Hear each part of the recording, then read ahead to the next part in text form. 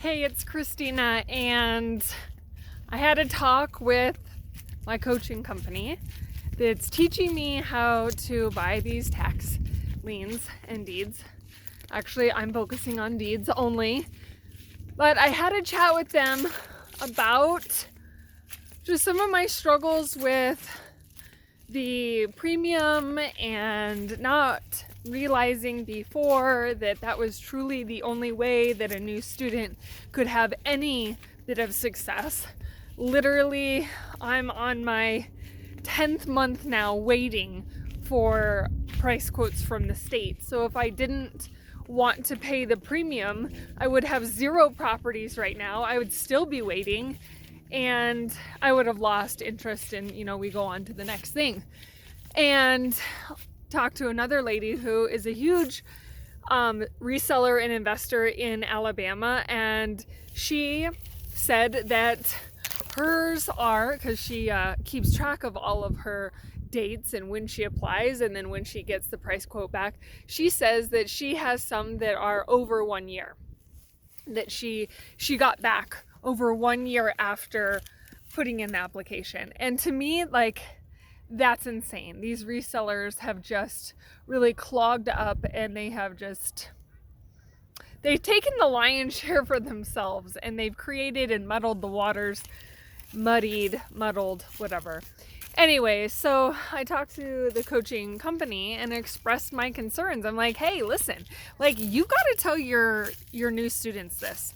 Before they pay gobs of money to learn how to do this, you have to be upfront with them and let them know that there truly are risks at hand.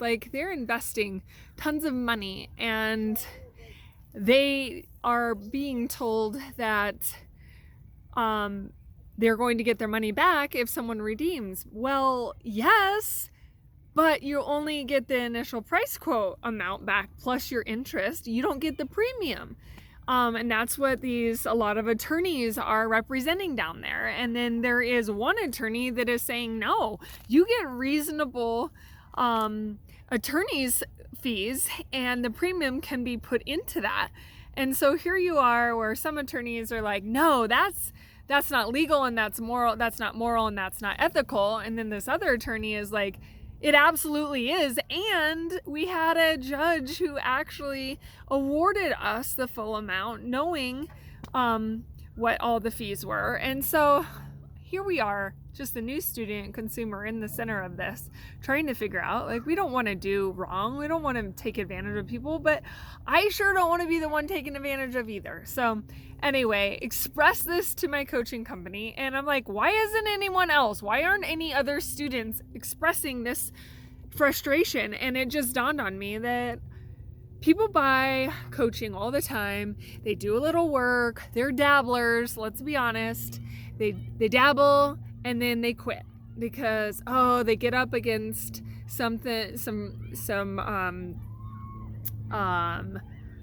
adversity, something that really stretches them a little bit, challenges them, and they're just like, forget it. And then they're willing to walk away from their $10, $15, $20, $25,000, which is insane. And I am always seem to be the squeaky wheel. And I know, people will be like, well, we don't hear this from anyone else. No one else is saying anything. And I'm like, how can that be? Either you're lying and they are in fact saying something, or people are just fools and they're walking away from their money, training programs and stuff that they've spent money on.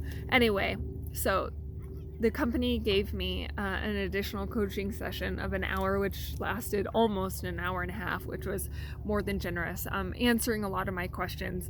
And I'm just like, listen, we get 10 sessions to begin with. We don't know jack. And then by the time you're neck deep in this, you're like, yeah, how about we do 5 sessions in the beginning and then 5 sessions when I start to get these deeds back that I've purchased, and now I got to figure out what to do with them, because there's so much in just in time information that you need to mow in order to not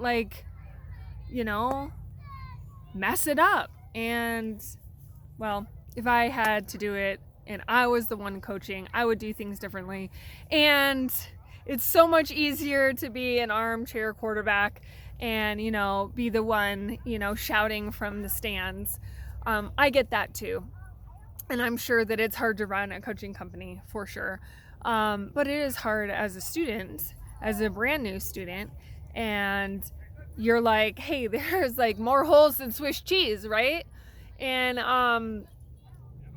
I just want to do well, and I want to do it right, and I don't want to make huge mistakes. And that's why we pay. We pay for the folding of time and the cheat codes. And the bottom line is that I don't even think like 20 sessions would be enough. Like it would have to be like once a week for a whole year, I feel, because there's so much depth to this, and I just don't think that's possible. And I probably couldn't even afford that kind of program anyway. So I don't know if you feel like this. I feel like this sometimes. But it's also my wiring where I was told that I gotta have it all perfect and I gotta know it all and figure it out before I feel comfortable and like I've mastered this. And it's so true. That's me. So I'll take that one. That's on me. Anyway, just an update. Just chugging right along. It's Monday, so I have my list that I'm doing and sorting and got some photos and saved me because this one I'm like, ooh, this is good. Yeah, and then I got the photo back scraped. It is a bald as a baby's booty piece of land, and there is no house there anymore. So $30 well spent. Yeah, even though it was only like $6,000 only, but who wants to lose $6,000 and just flush it down the toilet, right? Not me. So just doing what I need to do every day, every week to get these lists taken care of and sorted through, because that's where the consistency is. That is where the success is just continuing on, even when we're so frustrated, just continuing with action and pushing forward and pushing progress. I have a couple properties that they aren't responding to the 30-day notices, and my attorney is like, well, we don't know who's in there, so we need to know who's in there before we can go ahead and file ejectment.